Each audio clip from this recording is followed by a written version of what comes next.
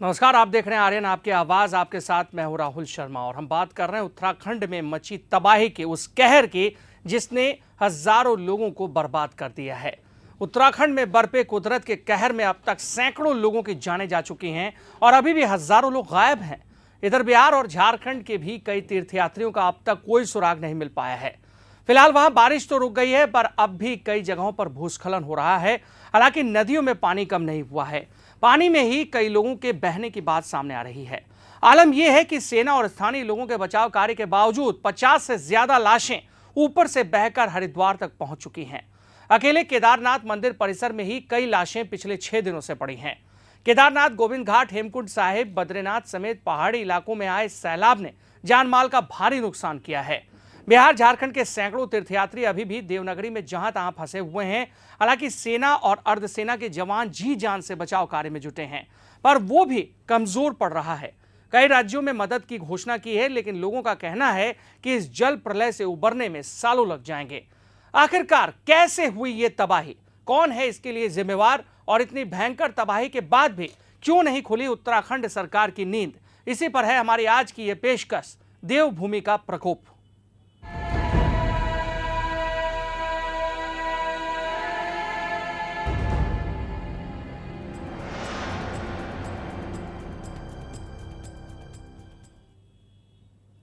उत्तराखंड में भयानक प्राकृतिक आपदा के 6 दिन बीत जाने के बाद भी सेना ने राहत और बचाव कार्य जारी रखा है। केदारनाथ क्षेत्र में लापता लोगों की तलाश और तेजी से हो रही है। सेना की अब केदारनाथ के आसपास के जंगलों में तलाशी अभियान चलाने की योजना है, लेकिन दुख की बात यह है कि हजारों लोग इस भीषण त्रासदी का शिकार हो गए हैं। इधर प्रधानमंत्री ने देश की तमाम स्वयंसेवी संस्थाओं और आम नागरिकों से उत्तराखंड में फंसे तीर्थयात्रियों की हर संभव मदद करने की अपील की है।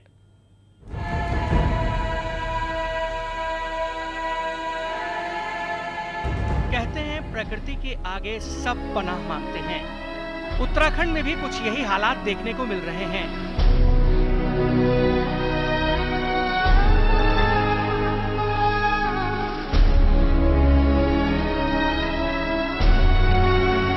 शुक्रवार को बद्रीनाथ में भी हेलीकॉप्टर की मदद से फंसे यात्रियों को निकालने का काम शुरू हो गया है।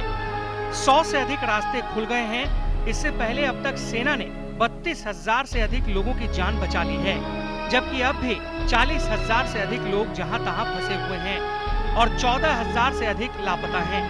ये आंकड़ा खुद राज्य सरकार ने जारी किया है। खासकर केदार घाटी के चारों ओर दुर्गम पहाड़ होने के कारण यहाँ बड़े हेलीकॉप्टरों को ले जाना मुश्किल हो रहा है।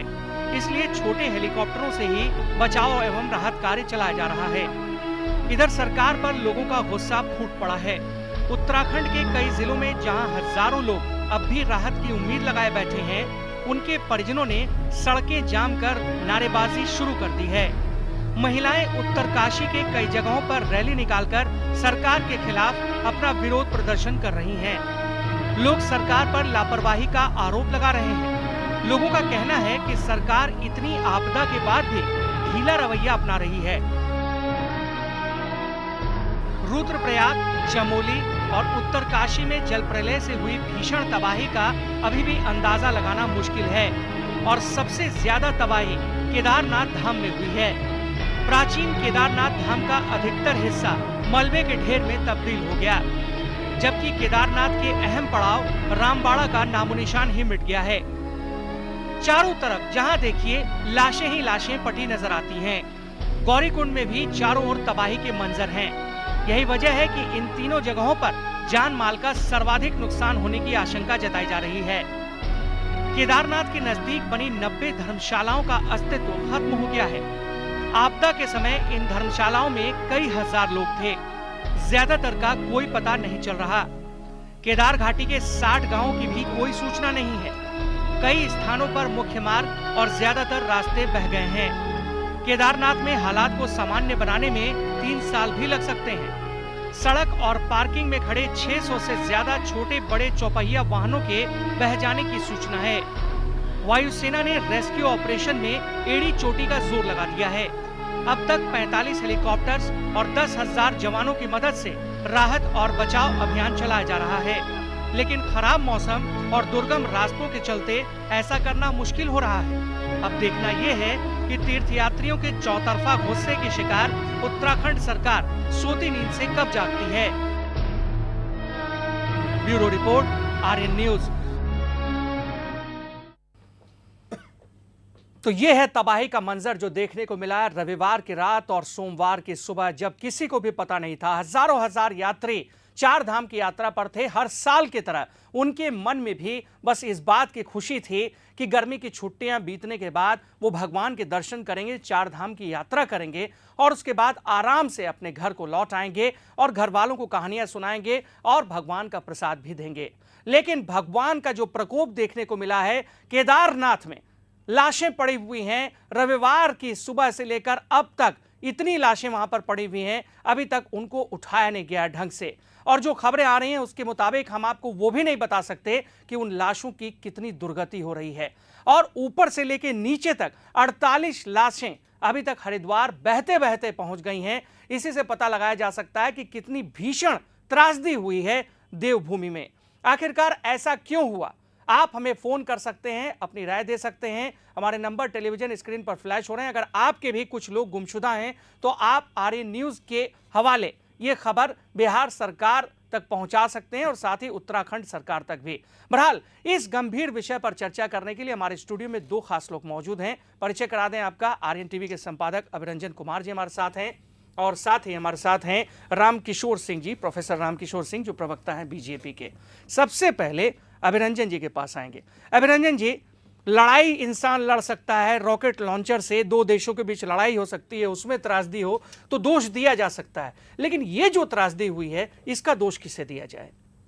नहीं, देखिए, जो कुदरती आपदाएं होती हैं उसके लिए तो उस पर तो हमारा कंट्रोल उस तरह से सीधा सीधा अगर आप प्रत्यक्ष देखें तो नहीं हो सकता। जैसे भूकंप है या बादलों का फटना है या सुनामी समुद्र में आती है, तो इस तरह की चीज़ों पर सीधा सीधा तो हमारा नियंत्रण नहीं हो सकता है। लेकिन ज़रूर इंसान को इस बात के बारे में सोचना चाहिए, विकास करते हुए, तरक्की करते हुए, कि हम किन इलाकों में कितनी बसावट करें, कितना कंस्ट्रक्शन करें, किस तरह कितने पेड़ काटें, कितने पहाड़ काटें, कितनी सड़कें बनाएं। इन सारी चीज़ों का तो ज़रूर हमारे पास योजना होनी चाहिए। हम तो हैरान हैं जब हम केदारनाथ की जो है 1882 की तस्वीरें देख रहे हैं। जब आज से 131 साल पहले की तस्वीर देखते हैं तो वहाँ पर केदारनाथ का मंदिर दिखाई देता है और चारों तरफ हरियाली है, पहाड़ हैं, हरे भरे जंगल हैं और एक सचमुच जो है जो दैवीय माहौल आप कहें, एक प्राकृतिक माहौल कहें, एक नैसर्गिक माहौल है, जिसमें निश्चित रूप से कोई भी आदमी अगर वहाँ पर पहुँचता होगा, उन तस्वीरों को देखकर लगता है तो उसको सचमुच लगता होगा कि हम किसी स्वर्ग में चले आए हैं। इस तरह का सुरम्य वहाँ पर वातावरण हुआ करता था। अब आप देखिए कि आज की जो तस्वीरें वहाँ पर हैं, इतना कंस्ट्रक्शन वहाँ पर हो गया था, वो लगता ही नहीं था जो एक मैदानी इलाके के शहर होते हैं और एक इतनी ऊंचाई पर जो बसा हुआ मंदिर है, उसके आसपास का इलाका देखिए तो मैदानी इलाके के शहरों में और उसके इर्द गिर्द के इलाके में कोई फ़र्क ही नहीं है, इतना ज़्यादा कंस्ट्रक्शन है वहाँ पे।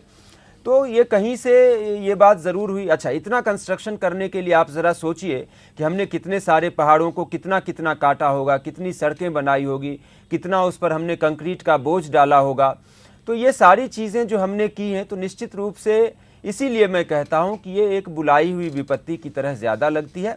कुदरत का कहर तो धरती के नीचे कहाँ क्या चल रहा है और आसमान में क्या चल रहा है, इस पर हमारा सीधा सीधा नियंत्रण निश्चित रूप से नहीं हो सकता है। समंदर के भीतर क्या चल रहा है, इस पर सीधा सीधा नियंत्रण नहीं हो सकता है। लेकिन हमें ये ज़रूर सोचना है कि हमें कितना करना है। इन तस्वीरों में आप देख रहे हैं कि किस तरह से मकान, जो ज़मीन हम जानते हैं कि यहाँ पर जो है कभी बादल फट सकते हैं, कभी बहुत बड़ा भूचाल आ सकता है, वहाँ पर हमने बनाई। और लिटरली जिसको कहते हैं ज़मीन पाँव के तले से खिसक जाना, तो यहाँ मकानों के नीचे से ज़मीनें खिसक गई हैं। एक बादल फटा और पानी इतनी तेज़ी से आया कि बाकायदा जमीन नीचे से खिसक गई, गाड़ी कहा चल जा रही सकता है कि साफ तौर पर सहस्त्राब्दियों में इस तरह की त्रासदी होती है। अभिरंजन जी, बहरहाल हमारे साथ प्रोफेसर रामकिशोर सिंह साहब भी हैं, उनके पास भी हम आएंगे। लोग भगवान के दर्शन करने के लिए जाते हैं, क्यों रामकिशोर जी? चाहते हैं कि भाई उन्हें उसका फल मिले, उनके पाप धुलें और उसके बाद उनके जीवन के जितने कष्ट हैं वो दूर हों। लेकिन यहाँ क्या हुआ साहब? यहाँ तो हजारों जिंदगियां खाक हो गई हैं और अभी भी हजारों हजार लोग लापता हैं। देखिए, इसमें तो है कि घट घट वासे राम, जो ईश्वर है, जो खुदा है जी, वह सबके हृदय में वास करते हैं और ईश्वर का दूसरा रूप ही मनुष्य है। इसीलिए कभी कहा गया था कि 30 कोटि देवी देवता हैं। मतलब उन दिनों भारत की जनसंख्या 30 करोड़ थी और सभी को देव रूप में माना गया था। लेकिन यह जो तीर्थ धाम आप देख रहे हैं, चाहे बद्रीनाथ हो, केदार हो, रामेश्वरम हो, पुरी हो, वहाँ चले जाइए गुवाहाटी में माँ कामाख्या हो, ये सब जो पीठ हैं और ये हैं, ये इसलिए बनाए गए कि भारत की यह सांस्कृतिक एकता के प्रतीक हैं। इधर के लोग उधर जाएं, उधर के लोग इधर आवें और उन पहाड़ों पर रहने वाले, उन जंगलों में रहने वाले लोगों को भी आप देखे होंगे, तीर्थ स्थल पहाड़ पर हैं, जंगल में हैं, नदियों के किनारे हैं, जहाँ कोई उपज नहीं हो रही है तो वहाँ भी लोग रहें और उनका भोजन चल सके, उनका जीवन चल सके। और इसीलिए आप देखे होंगे कि भारतीय संस्कृति में जो चढ़ावा है वह चढ़ावा है जहाँ जो जिसकी उपज होती है, जहाँ जिस चीज़ की उपज उस चीज़ की चढ़ावा होती है। तो यह जो हमने धाम है, यह हमारी सांस्कृतिक एकता का है, राष्ट्रीय एकता के प्रतीक है और सभी जनों को रोजगार हो इसका प्रतीक है। लेकिन ये प्रतीकात्मक चीजें तब सुरक्षित रह सकती हैं जब आप उस तरह की चीजें भी दिखाएं। अभिरंजन जी, आप खुद देखें क्या हुआ, उत्तराखंड सरकार किस तरह से सोई हुई है। रविवार के बाद से ये स्थिति हो गई कि उत्तराखंड सरकार के पास आपदा प्रबंधन नाम का कोई विभाग नहीं। उनके मुख्यमंत्री गाली सुनते फिर रहे हैं वहां पर, जितने तीर्थयात्री हैं उनकी पकड़ पकड़ कर वो कह रहे हैं। और लाशों का सौदा तक हुआ। ये बहुत खराब बात है, मैं नहीं बोलना चाहता था, फिर भी आपके सामने ये सच्चाई आपको खुद पता है। नहीं, मुख्यमंत्री गाली सुनने के लायक हैं, इसीलिए जनता उनको गाली दे रही। जनता देखिए कभी गलत नहीं होती है। मैं ये मानता हूं कि लोकतंत्र में अगर जनता किसी को गाली देती है तो गाली देने की वजह होती है, वरना जनता को किसी से व्यक्तिगत कोई खुन्नस थोड़े है, व्यक्तिगत कोई लड़ाई थोड़े है, व्यक्तिगत कोई दुश्मनी थोड़े है। तो जो विजय बहुगुणा जी हैं, उनकी सरकार का परफॉर्मेंस, जो एक आपदा आई चलो आ गई, एक विपत्ति आई वो आ गई, उसके लिए आपको चलो हम नहीं फिर भी जिम्मेदार ठहराते हैं। उसके लिए पिछले 100 सालों में जिस तरह का एक अनाप शनाप तरीके का विकास हुआ है, उसके लिए आप अकेले जिम्मेदार नहीं, बहुत सारे लोग, आपसे पहले के लोग भी जिम्मेदार होंगे। लेकिन इसके बाद तो कम से कम आपको जो आपदा प्रबंधन की चीज़ें होती हैं उसमें आपको तत्परता दिखानी चाहिए थी, आपको वहाँ पर पहुँचना चाहिए था। हम क्यों कहते हैं कि भारत के सैनिक जो है इतने सक्षम हैं, भारत की वायुसेना इतनी सक्षम है, हमारे पास कैसे कैसे जेट्स हैं, हमारे पास कैसे कैसे हेलीकॉप्टर्स हैं, ये सारे कहाँ थे? आप देखिए कि अभी भी जो है वहाँ पर 100-125 के आसपास ही हेलीकॉप्टर जो है वहाँ पर काम कर रहे हैं। मुझे ये बताइए कि क्या भारतीय सेना के पास 100-125 हेलीकॉप्टर ही हैं? ये सारे क्या कर रहे हैं? जो हमारा खजाना है, उस खजाने को हमने किस दिन के लिए संभाल रखा है? अभी कौन सा पाकिस्तान और चीन हमारे ऊपर हमला करने जा रहा है? आप कुछ चीज़ों को इधर भी तो डाइवर्ट करिए, जहां पर हजारों हजार जिंदगियों का सवाल है, आप इधर डाइवर्ट करिए। आप 100-125 हेलीकॉप्टरों में, वहां पर हजारों लोग फंसे हुए हैं, हजारों लोगों का पता नहीं चल रहा है। जब आपके पास कोई दूसरा जरिया नहीं रह गया तो ये सारी चीज़ें सोचने की बात है। बाकी बदइंतजामी जो है भयंकर है, प्रशासन की पहुंच नहीं है उन तमाम जगहों तक। और निश्चित रूप से देखो, फिर से मैं एक चीज़ कहना चाहता हूं कि कहीं से हमको सोचना पड़ेगा कि हम कैसे विकास की बुनियाद रख रहे हैं। विकास आखिर जो है कंक्रीट के जंगल खड़े करने को ही हम विकास कहेंगे? जो प्रकृति ने जो जंगल बनाया उन जंगलों को काट देना क्या विकास है? पहाड़ों को काट कर जो है सो हम कौन सा बड़ा तीर मार रहे हैं?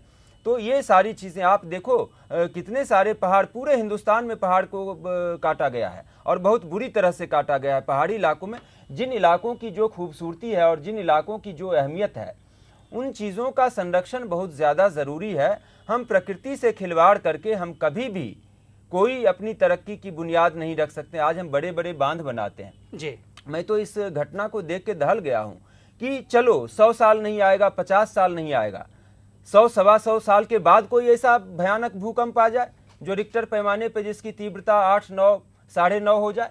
100 साल 150 साल में तो आ सकता है ना, मेरी पीढ़ी आपकी पीढ़ी में मान लो ना भी आए, लेकिन हमारी अगली पीढ़ी में आ जाए। आपने जो इतने बड़े बड़े बांध बनाए वो बांध अगर टूट जाए तो क्या होगा? तो उस दिन फिर इसी तरह का नज़ारा होगा। तो हमें कहीं से ये सोचना पड़ेगा कि प्रकृति को सुरक्षित रखते हुए, संरक्षित रखते हुए, पर्यावरण की चिंता करते हुए हम तरक्की करें। और मुझे लगता है कि पूरे हिंदुस्तान में तरक्की का रास्ता हमने बदल लिया है। हमारे तरक्की के रास्ते में पर्यावरण की चिंता कहीं नहीं है, पहाड़ों को बचाना कहीं नहीं है, खानों बिल्कुल, और यही वजह है कि यहाँ पर सिर्फ बर्बादी हो रही है, सुरक्षा कहीं पर नहीं है। बिल्कुल। हमारे साथ अभिषेक रंजन साहब जुड़ चुके हैं मुजफ्फरपुर से, आर्यन टीवी के सुधी दर्शक। आपका स्वागत है। क्या कुछ कहेंगे रंजन जी? जो त्रासदी हुई है, जो भीषण आपदा आई है उत्तराखंड में, और बिहार झारखंड समेत देश भर के कई राज्यों के लोग वहां पर फंसे हुए हैं और उनको मदद बहुत देर से मिल पा रही है, क्या कहेंगे आप? जी, मुझे कहना है कि हमारे बिहार के मुख्यमंत्री, माननीय मुख्यमंत्री जी हैं जी, और बिहार के हमारे बारे बहुत लोग, हमारे क्षेत्र के भी बहुत लोग वहाँ में फंसे हुए हैं, उनके लिए मुख्यमंत्री जी क्या कर रहे हैं? जी बिल्कुल, मुख्यमंत्री जी से सवाल किया आपने, क्या कुछ गुजारिश करना चाहेंगे आप? मैं युवा कांग्रेस का उपाध्यक्ष हूँ वैशाली विधानसभा का, लोकसभा का। मैं मुख्यमंत्री से सवाल करना चाहता हूँ कि बिहार की ओर से क्या सेवा करना चाह रहे हैं वो। चलिए, बहुत बहुत शुक्रिया अपनी राय जाहिर करने के लिए। आर्यन न्यूज पर मुख्यमंत्री से सवाल यहां पर उठाया है कि क्या कुछ सुविधाएं देना चाहते हैं, क्या कैसे बचाव करेंगे बिहार के लोगों का। हेल्पलाइन नंबर तो खोल दिया गया है रामकिशोर सिंह जी, लेकिन ऐसा लगता नहीं कि बहुत ज्यादा प्रभावी हो पा रहा है। इन लोगों का कम्युनिकेशन जो है उत्तराखंड गवर्नमेंट से लगता है बहुत अच्छी तरह से नहीं हो पा रहा है अभी भी। बिहार में कोई सरकार एक सप्ताह से नहीं है। पिछले जी 15 तारीख को भूकंप आया जी, वहां हमारे मंत्री सब परिवार गए हुए थे। जी। 3 उनके बॉडीगार्ड जो सरकार के कर्मचारी हैं बह गए, उनका पीए बह गया, उनका साढ़ू सढ़ुआइन बह गए, उनका पुजारी बह गया। लेकिन जब वो मंत्री किसी प्रकार से बच रहे थे, 8 जन, 15 में 7, अश्विनी कुमार जी, उनकी सुधि लेने तक भी जब बिहार सरकार को लाशों पे सोए हुए, लाशों पर सोए हुए थे। और जब वो दिल्ली लाया हमारे राष्ट्रीय अध्यक्ष राजनाथ सिंह जी ने, तो दिल्ली जब वो बिहार निवास में ठहरे तो उनको गाड़ी नहीं मिली हॉस्पिटल जाने के लिए। अब इससे दुखद क्या हो सकती है? तो बिहार में एक सप्ताह से कोई सरकार नहीं है, ना कोई आपदा की बात तो छोड़िए, कोई सरकार ही नहीं है। इंसेफ्लाइटिस से बच्चे मर रहे हैं, कोई देखने वाला नहीं है। तो आज सुने हैं कि कुछ पदाधिकारी जा रहे हैं वहां, हमारे हजार लोग। और सबसे बड़ी जानते हैं इस देश में विडंबना क्या है? कोई तीर्थ यात्रियों का रजिस्ट्रेशन नहीं होता है जी। यह मध्य प्रदेश सरकार ने रजिस्ट्रेशन शुरू किया है, गुजरात ने शुरू किया है, छत्तीसगढ़ ने शुरू किया है, गोवा ने शुरू किया है, लेकिन बिहार में कोई रजिस्ट्रेशन नहीं है कि कितने लोग गए हुए हैं। हमारे जहानाबाद के 20 लोग गए हुए हैं, फंसे हुए हैं, पटना के लोग फंसे हुए हैं। और केंद्र सरकार इतनी नाकाम है कि वह और वहां का कांग्रेस की सरकार बहुगुना जी कि इन्होंने तो एक सप्ताह में कोई इंतजाम नहीं किया। अब उन्होंने कह दिया कि भाई साहब हम जो है 2 महीने का वेतन दे देंगे। जितने लोकसभा सांसद हैं या फिर राज्यसभा के जो सांसद है कांग्रेस के, या जितने भी राज्य मंडलों में सदस्य हैं, विधायकगण हैं, वो सभी तनख्वाह दे देंगे। तो उससे क्या हो जाएगा? यह कोई चीज नहीं है। यह तो भारतीय जनता पार्टी ने पूरे सभी प्रदेशों में अपने कार्यकर्ताओं से अपील किया है कि राहत कोष में आप वहां भेजें। वह हेल्पलाइन नंबर भी दिया है, आपके यहाँ भी वो आया होगा। तो यह राहत किनको, जब वो बचेगा प्राण तब ना। अभिरंजन जी, मैं आपसे एक सवाल पूछता हूँ। प्राण ही वहां से पहले प्राण बचा के तो निकाले जो जीवित है जी। 1000 करोड़ रुपए का यहाँ पर राहत पैकेज देने की घोषणा प्रधानमंत्री मनमोहन सिंह जी ने कर दी है।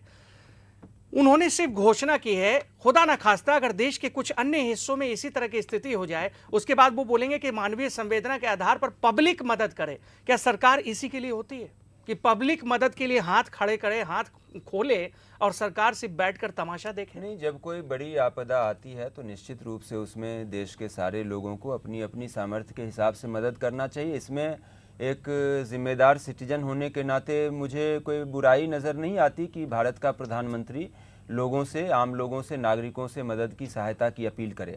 आप जानते हैं कि जो प्रधानमंत्री राहत कोष वगैरह भी होता है तो उन सब में भी किसका पैसा है? जनता का ही पैसा है ना। जिसको आप सरकार का पैसा कह रहे हैं वो भी तो हमारा ही और आपका ही पैसा है। ऐसा तो है नहीं कि मनमोहन सिंह जी जो है किसी से पट्टे में लिखवा कर सारी दौलतें लाए थे और वो इस सरकार पर खर्चा कर रहे हैं। वो हमारा आपका ही पैसा है। तो इसलिए वो मुद्दा नहीं है कि वो जनता से अपील कर रहे हैं कि आप मदद करो। हम मदद करने के लिए तैयार हैं और भारत का हर नागरिक मदद करने के लिए तैयार है, लेकिन सिस्टम, आपका सिस्टम कहाँ है? आपकी मशीनरी कहाँ है? आपका मैकेनिज्म कहाँ है? आपका तंत्र कहाँ है? आपके सैनिक कहाँ हैं? आपके हेलीकॉप्टर्स कहाँ हैं? आपका जो है आपदा प्रबंधन का सिस्टम कहाँ है? आपके बचाव के सारे इंतजाम कहाँ हैं? आपके लाइफ बोट्स कहाँ हैं? आपके वो सारे इक्विपमेंट्स कहाँ हैं जो मिनटों में जो है सो सड़कों को साफ कर देते हैं? जी, आपके वो इक्विपमेंट्स कहाँ हैं जो पल में, घंटों में पुल बना देते हैं? कहाँ हैं आपके सेना के हुए सारे लोग? तो मुझे उन सारी चीजों की कमी दिखाई दे रही है। जनता को तो मैं भी अपील करता हूं कि सब लोगों को दिल खोलकर इसमें अपने अपने स्तर से जो भी मदद हो सकती है। एक दर्शक और भी अपील करना चाह रहे हैं यहाँ पर। डॉक्टर अंजनी कुमार हमारे साथ नालंदा से जुड़ चुके हैं। स्वागत है आपका डॉक्टर साहब, क्या कहना चाहते हैं? यहाँ पर सबसे पहले तो मैं कहना चाहूँ कि मैं अभिरंजन जी का मैं बहुत बड़ा फैन हूँ जी। उन्होंने जो शेर कहा था, खैर की बात है, लेकिन यहाँ पर जो कहना चाहते हैं कि देखिए ये जो कैलामिटीज आई है, ये नेचुरल कैलामिटीज जो कम, लेकिन मैन मेड कैलामिटीज ज्यादा है। क्योंकि अभी अधिकांश लोग सोचते हैं कि हम समुद्र के किनारे रहे, पहाड़ों के बगल में घर बना, नदियों किनारे में घर बना। जब आप नेचर को छेड़ेंगे तो ये त्रासदी तो आनी ही आनी है। तो क्या कहना चाहते हैं कि टीवी चैनलों के माध्यम से बिहार सरकार के जो मंत्री हैं रेणु कुशवाहा, उनसे बात की जा रही थी तो वो बोले कि हमको अभी कुछ भी पता नहीं। तो सोचिए हमारी बिहार सरकार क्या उनकी क्या है, और कहते हैं कि हम 5 करोड़ रुपया दे दिए। 5 करोड़ क्या रुपया दे देने से सभी चीजों का समाधान हो सकता है। एक मंत्री को, जो आपदा विभाग के मंत्री हैं, उनको इस बात का पता नहीं है कि कितने लोग गए हैं, क्या हुआ है उत्तराखंड में, कुछ भी पता नहीं है। उनके प्रधान सचिव को पता नहीं है। और बिहार सरकार कहती है कि हम धर्मनिरपेक्षता की बात करते हैं, हम पब्लिक के बारे में सोचते हैं। तो ये बहुत दुखद बात। चलिए, बहुत बहुत शुक्रिया आपने राय जाहिर करने के लिए आर्यन न्यूज पर। हालांकि यहाँ पर रामकिशोर जी आपने बहुत महत्वपूर्ण सवाल उठाया रजिस्ट्रेशन का। आप देखें साहब, जो लोग हज यात्रा पे जाते हैं उनका रजिस्ट्रेशन होता है, उनके लिए पूरी गिनती होती है। वो जिस जिले से, जिस राज्य से जाते हैं उनका पूरा एक आंकड़ा बनता है और केंद्रीय आंकड़ा भी बनता है। लेकिन जो तीर्थाटन पर जाते हैं लोग, उनके लिए कहीं कोई आंकड़ा नहीं है। वैष्णो देवी में सिर्फ एक पर्ची कटती है, लेकिन अगर लेकिन वहां पहुंचने पर जी, वो भी पहुंचने पर आपको, यह देश का दुर्भाग्य है जी कि कहने के लिए तो संविधान में पंथ निरपेक्ष लिख दिया गया, लेकिन पंथ निरपेक्षता का ऐसी परिभाषा गढ़ा गया कि यहाँ के बहुसंख्यक समाज की जो तीर्थ हैं, समारोह हैं, जो उनके उत्सव हैं, उसमें कोई चिंता कभी सरकारों ने नहीं किया। और रजिस्ट्रेशन क्या है, सीधे ब्लॉक में जाकर रजिस्ट्रेशन करा लेगा। ब्लॉक में रजिस्ट्रेशन है, फिर वो जिला में आ गया कॉपी, जिला से राज्य में आ गया, पता चल जाएगा कि क्या नाम क्या पता। अब तो डिजिटल फोटो भी हो जाता है। लेकिन कोई चिंता कहीं नहीं है किसी को कि यह तीर्थ यात्रा पर लोग जाते हैं तो जिए अपने भाग से, मरे अपने भाग से, और लौट आए तो ठीक है, नहीं लौट आए तो। आप देख रहे हैं कि मंत्री फंसा हुआ है, 3 जवान बह गए हैं और हजारों हजार के लाखों लोग बसे हुए हैं, जो वहां से प्रत्यक्षदर्शी लोग बता रहे हैं, जो लौट करके किसी प्रकार आ रहे हैं। तो बिहार सरकार कहीं कुछ नहीं, केंद्र सरकार कहीं कुछ नहीं। और जो अभिरंजन जी ने जिन बातों को उठाया है उसका मैं 200% समर्थन करता हूं कि आखिर यह देवभूमि है, तीर्थस्थल है, तो किस प्रकार के मकान बने, कहाँ बने, बहुत सही बात कितना बनाया जाए, कितना जंगलों की कटाई हो, कितना ये हो, लेकिन कहीं कोई ये नहीं है। अपना भाग भरोसे लोगों को मरने के लिए छोड़ दिया गया है। बिल्कुल, ऊपर वाले के भरोसे यहाँ पर लोग आ रहे हैं। हर प्रकार के आपदा के बाद कहाँ हेलीकॉप्टर उतर सकता है, कहाँ राहत कार चलाया जा सकता है। क्या सरकार के तरफ से किसी तीर्थ स्थल पर यह व्यवस्था है क्या? बहुत बड़ा सवाल यहाँ पर उठाया लेकिन अगर आपने, हम यहाँ पर रामकिशोर जी कहेंगे हमारे तो साथ। फिर हो जाएगा कि हिंदू तो कह रहे हैं तो सांप्रदायिक है, यहाँ तो परिभाषा गलत गढ़ा जाता है। चलिए यहाँ पर हमारे साथ मुझे ये उपेंद्र लगता है, मैं एक चीज एक कहना दर्शक जुड़ चाहूंगा चुके कि हैं। मुझे ये लगता है कि मुसलमानों और सिखों के तीर्थ स्थलों पर भी अगर किसी दिन कोई विपत्ति आ जाए तो सरकार के पास कोई इंतजाम नहीं है, ना, कहीं इसलिए नहीं इसका है। हिंदू ये मुसलमान भारतीयता से की बात संबंध है, नहीं इसमें हिंदू है। मुसलमान सरकारें वाली कोई बात हमारी नहीं है। सारी सड़ी हुई सरकारें जी। हैं, सारी सरकारें सिर्फ फेल हैं हज का और जनता का रजिस्ट्रेशन शोषण कहीं करती नहीं हैं। होता है। ये भी है ना, एक वो- है अच्छी ना, वो बात भी- है, इसमें कोई ना, बुरी ना, बात ना, नहीं है। वो भी और अजमेर शरीफ जाते हैं, कोई रजिस्ट्रेशन नहीं बिल्कुल, होता है। बिल्कुल, ये अजमेर मुसलमान शरीफ का के- भी तीर्थ स्थल है, कोई रजिस्ट्रेशन नहीं है, कोई व्यवस्था नहीं है। अगर ये अजमेर शरीफ में भी अगर ये आ जाएगा आपदा तो सरकार की कोई व्यवस्था, कोई रजिस्ट्रेशन नहीं है, सिर्फ एक और हज वहां का पे भी तो होता बम है। ब्लास्ट हो चुके हैं, जैसी स्थिति बनती है, जो स्थिति हमारे देश में हुई, खैर उसके बारे में हम बात अरे करेंगे। किसी के लिए नहीं, सिख के लिए नहीं, ईसाई के लिए नहीं, मुसलमान के लिए कोई व्यवस्था ही नहीं है। चलिए, सरकार की ओर व्यवस्था से नहीं है। देश यहाँ में। पर काफी ज्यादा कारगुजारियां इस तरह की देखने को मिलती हैं कि लोगों को दुख होता है, तकलीफ होती है कि जाते हैं अपनी सुरक्षा से और आते भगवान भरोसे हैं, और जो लोग फंस गए उत्तराखंड में वो कैसे जी रहे हैं, मर रहे हैं, वो खुद जान रहे हैं। किस तरह से उन्हें 100 रुपए एक पानी की बोतल के लिए और 200 रुपए एक 5 रुपए वाली मिल्क बिकीज के लिए देने पड़ रहे हैं, और कैसे 5000 रुपए देकर एक वक्त का खाना 5 लोगों को मिल रहा है। ये सारी बातें आर्यन न्यूज आप तक पहुंचा रहा है। हमारे साथ उपेंद्र जी जुड़ चुके हैं इस वक्त फोन लाइन पर। स्वागत है आपका, क्या कहेंगे? हेलो जी उपेंद्र जी, अपनी राय जाहिर करें। हेलो हेलो उपेंद्र जी अपनी राय जाहिर करें, अगर आप तक आवाज आ रही हो तो। हेलो हेलो चलिए, लगता है तकनीकी खराबी की वजह से हमारा संपर्क नहीं हो पा रहा उनसे। अभिरंजन जी, बहुत बड़ी बात यहाँ रजिस्ट्रेशन की उठाई है रामकिशोर जी ने, कि देश भर में किसी भी कौम का इंसान हो, हिंदू मुस्लिम सिख ईसाई, सबसे पहले वो भारतीय है और भारत का एक संविधान है, यहाँ सरकारें चलती हैं। क्या लोगों का रजिस्ट्रेशन नहीं होना चाहिए जो इतनी दूर तक जा रहे हैं? धनबाद, कोडरमा, झारखंड की अगर बात करें, रामगढ़, रांची, लातेहार, पलामू, बिहार की बात करें, सहरसा, बांका, कटिहार, मोतिहारी, पटना, पटना सिटी, दरभंगा, कई जगहों से लोग फंसे हुए हैं। इनके पास कोई आंकड़ा नहीं है जहानाबाद के साहब। 20 लोगों को तो मैं जानता हूँ। नहीं, ये तो देखिए एक सिस्टम बनाने की बात है। देश के अंदर ही जब लोग आते जाते हैं तो इस तरह से आमतौर पर रजिस्ट्रेशन जैसी चीज़ें अपने यहाँ नहीं है। जब देश से बाहर लोग जाते हैं, जैसे आपने कहा हज वगैरह पे हम लोग बाहर जाते हैं, जाने के कारण तो है। वो उस वजह से होता है। देश के अंदर आने जाने के लिए मैं पटना से दिल्ली जाता हूँ तो क्या रजिस्ट्रेशन करवा के जाता हूँ? नहीं, खास करके आप तीर्थ दिल्ली यात्रा से के लिए मुंबई हम जाते कह रहे हैं हैं तो तो। आप रजिस्ट्रेशन करवा के जाते हैं। तीर्थ यात्रा पे आप जाते हैं तो क्या आप सरकार से पूछ के जाते हैं? मेरा ये कहना है कि रजिस्ट्रेशन हो न हो वो एक सेकेंडरी चीज़ है। मैं ये कहता हूँ कि तीर्थ यात्राओं में, तीर्थ स्थलों पर आपको मालूम है कि ये 4 धाम यात्रा का मौसम है, आपको मालूम है, आपको पिछले सालों के अनुभव से आपको मालूम होगा कि हर साल यहाँ पर कितने हजारों हजार या कितने लाख पर्यटक और तीर्थयात्री बिल्कुल, आते हैं। बिल्कुल। तो उतने लाख तीर्थयात्रियों के लिए आपके पास इंतजाम होना चाहिए हर तरह की स्थिति में। अगर कोई आपदा आ जाए, विपत्ति आ जाए, और आप जानते हैं कि उत्तराखंड किस तरह की भौगोलिक परिस्थितियां हैं, वहाँ पर किस तरह के पहाड़ हैं, किस तरह के आसमानी खतरे हैं, किस तरह से उत्तराखंड में ये कोई पहली बार थोड़ा है कि बादलों का फटना हुआ है। उत्तराखंड में अक्सर और जगह जगह बादल फटते रहते हैं। जो भी पहाड़ी इलाके होते हैं, आपके जम्मू कश्मीर में इस तरह की घटनाएं होती रहती हैं, हिमाचल प्रदेश में इस तरह की घटनाएं होती रहती हैं। तो इन चीज़ों से बचने का आपके पास क्या इंतजाम है? और फाइनल बात मैं यही देखो बार बार कहना चाहता हूँ कि आप ज्वालामुखी के मुहाने पर जाकर आप जो है रिहायशी बस्तियां बसा दोगे और फिर किसी दिन ज्वालामुखी फट पड़ेगी और सारी बस्तियां तबाह हो जाएंगी। आप साहब देखें, आप कहोगे कि भाई ये जो है कुदरत का कहर है। जी, आपको ये सोचना तो पड़ेगा ना कि मैं कहां पे बसाऊं और कहां पे नहीं बसाऊं। जहां पर भूकंप का खतरा है, जहां पर बादलों के फटने का खतरा है, जहां पर तूफान का खतरा है, जहां पर सुनामी आने का खतरा है, आप वहां पर बस्तियां कैसे बसा सकते हो? इतनी ज्यादा सघन आबादी। बिल्कुल।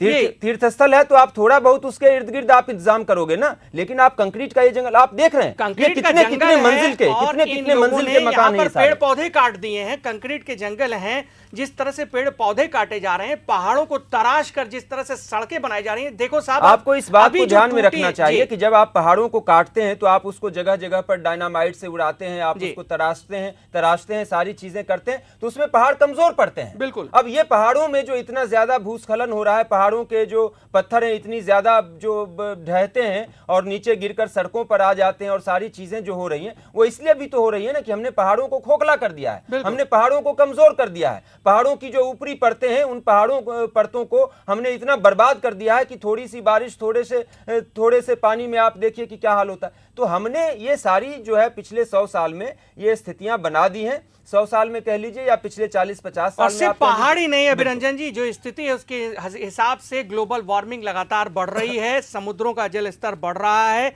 और ओजोन परत जो है उसमें छिद्र हो गया है। वैज्ञानिक दृष्टिकोण से देखें तो पहले प्रकाश संश्लेषण की प्रक्रिया के द्वारा ऑक्सीजन का निर्माण कर लेते थे पेड़ पौधे, आज पेड़ पौधे ही नहीं बच रहे हैं। बिहार में तकरीबन 7-7.25% भूमि पर वन है। ऐसी स्थिति अगर रहेगी, झारखंड में 22.5%, पूरे देश के हालात देखें तो बद से बदतर होते जा रहे हैं। कम से कम 33% भूभाग पर वन तो होने चाहिए। बहरहाल जो कुछ ये बर्बादी हुई है इसके जिम्मेदार हम सभी खुद हैं। मानवीय तबाही है, दैवीय तबाही नहीं, मानव ने खुद इसका निर्माण किया है, पहाड़ों को काटकर और नदियों का रास्ता रोककर, बांध बनाकर। और सबसे बड़ी बात यह है कि जहां ज्वालामुखी हो वहां कोई बसता नहीं। खुद शेर की गुफा में, मांद में कोई इंसान खुद नहीं जाता मरने, लेकिन उसके बाद भी वहां पर इतने ज्यादा पैमाने पर जो कंक्रीट के जंगल बसा दिए, ये तो होना ही था।